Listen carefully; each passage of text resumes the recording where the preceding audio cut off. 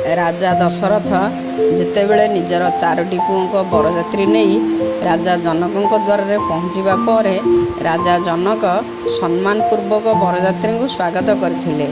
तापर राजा दशरथ आगु जाई जनक पाद छुई प्रणाम कले। चमकी जाई जनक राजा दशरथ हाथ धरी कहले, महाराज आपण ये कौन करुछंदी? आपण बड़ हेबे, बरंक पिता, बरपक्षर कर्ता।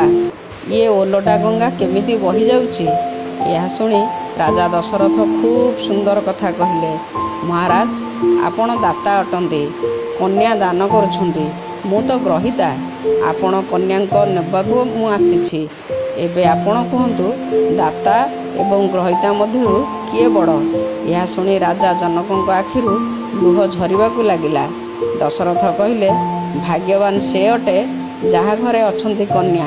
सबु कन्या भाग्य रे पिता होई थांती, किंतु सबु पितांग भाग्य रे कन्या होई न थाए।